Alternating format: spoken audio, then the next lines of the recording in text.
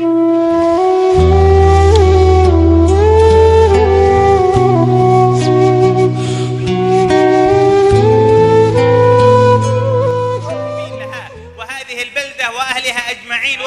كمال الاستقامة واتحفهم بأنواع الكرامة واربط احشرنا جميعا تحت راية المظلل بالغمامة إنك السميع مجيب برحمتك يا أرحم الراحمين يا رب العالمين. ونختم بالاستماع من الشيخ لطفي يسمعنا ما يفتح الله به عليه.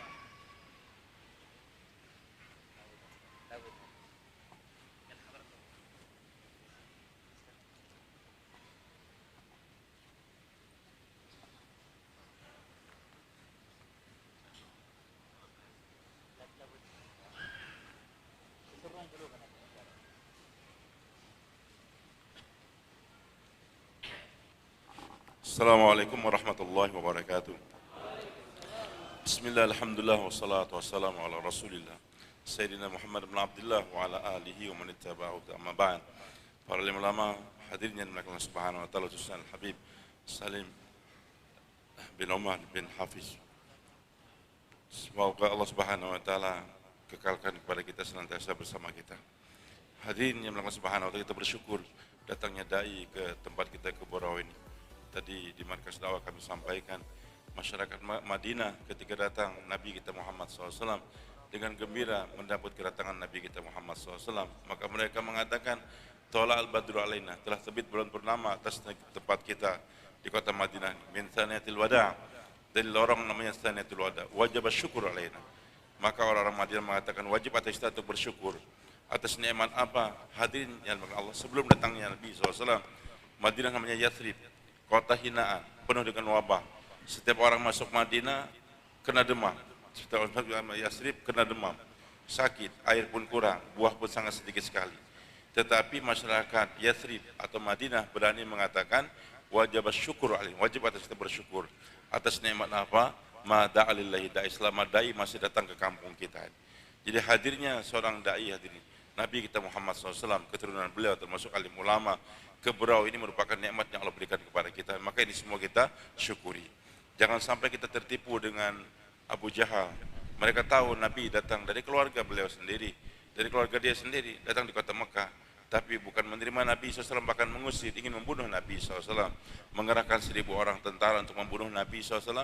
Maka Allah ceritakan dalam Al-Quran, berbeda dengan masyarakat Madinah, alam ta'ala tidak badul ni'matal kufran. Wahai Muhammad SAW, apa kamu tidak perhatikan orang yang telah merubah nikmat Allah? Jadi da'i datang kampung kita nikmat, tapi masyarakat Madinah syukran. Kalau masyarakat Madinah kufran, mengingkari kehadiran Rasulullah SAW. Wa halu qawmahum darul bawar, bahkan mereka giring kaumnya ke rumah kehancuran. Bukan ke rumah kemenangan dalam perang Badar, Allah hancurkan. Mereka dimampuskan oleh Allah Subhanahu wa taala, 70 orang termasuk Abu Jahal mati. Bahkan bukan di Badar saja, Jahannama Yasuhum bisalqam, masuk ke dalam api neraka Jahannam. Maka hadirin yang Allah Subhanahu wa taala, kehadiran beliau di Borau suatu kenikmatan yang perlu kita syukuri. Kita dengarkan tadi nasihat-nasihat beliau tentang Isra dan Mi'raj Nabi SAW. Salat pun kita jaga senantiasa. Begitu pula hadirin yang Allah, kita bersyukur. Alhamdulillah, Ananda Fatur Rahman telah menyelesaikan pelajaran di Yaman. Pengabdian, mudah-mudahan beliau akan kembali kemari untuk nanti terjun ke masyarakat untuk membina pondok pesantren, bahkan membina masyarakat Borau secara keseluruhan. Dan hadirin yang Allah Subhanahu wa taala, kita bangga dengan Nabi Isra'nya Nabi SAW, suatu kenikmatan yang besar. Tapi kita sering lupa, maka dengan alim ulama datang menjelaskan tentang pentingnya Isra Mi'raj, hendaklah kita bersyukur.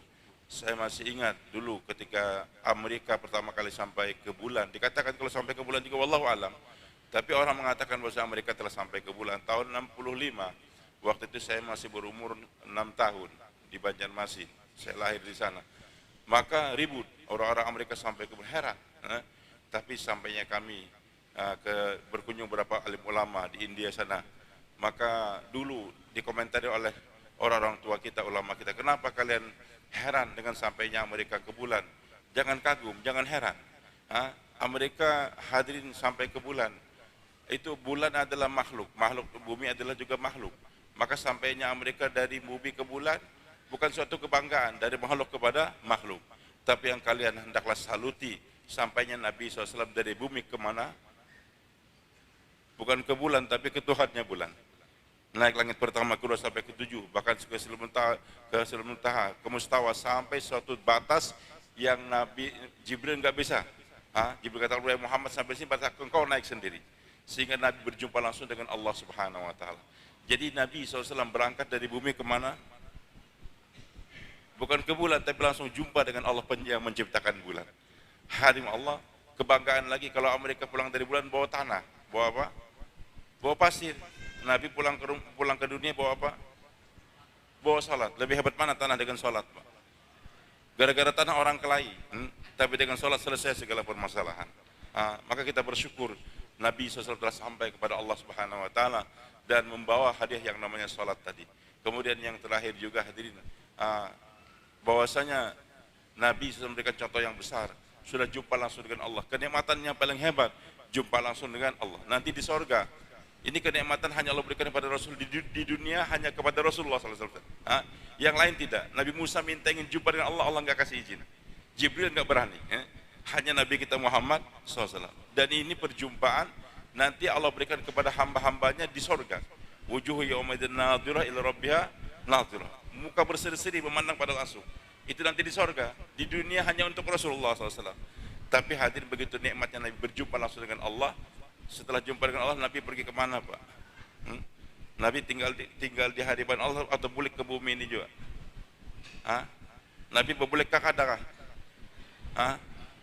Limba sudah jumpa dengan Allah, Nabi bulik kada?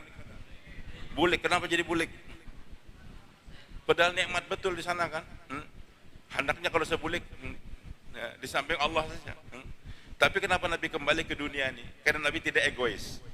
Nabi nggak mau yang sampai itu cuma saya. Nabi ingin bagaimana semua itu sampai kepada Allah Subhanahu Wa Taala. Maka jangan sampai ada egoisme dalam ibadah, Pak. Asik kita ibadah sendiri, beliau katakan tadi, sementara bini kita akan sembahyang, anak kita akan sembahyang, kita biarkan.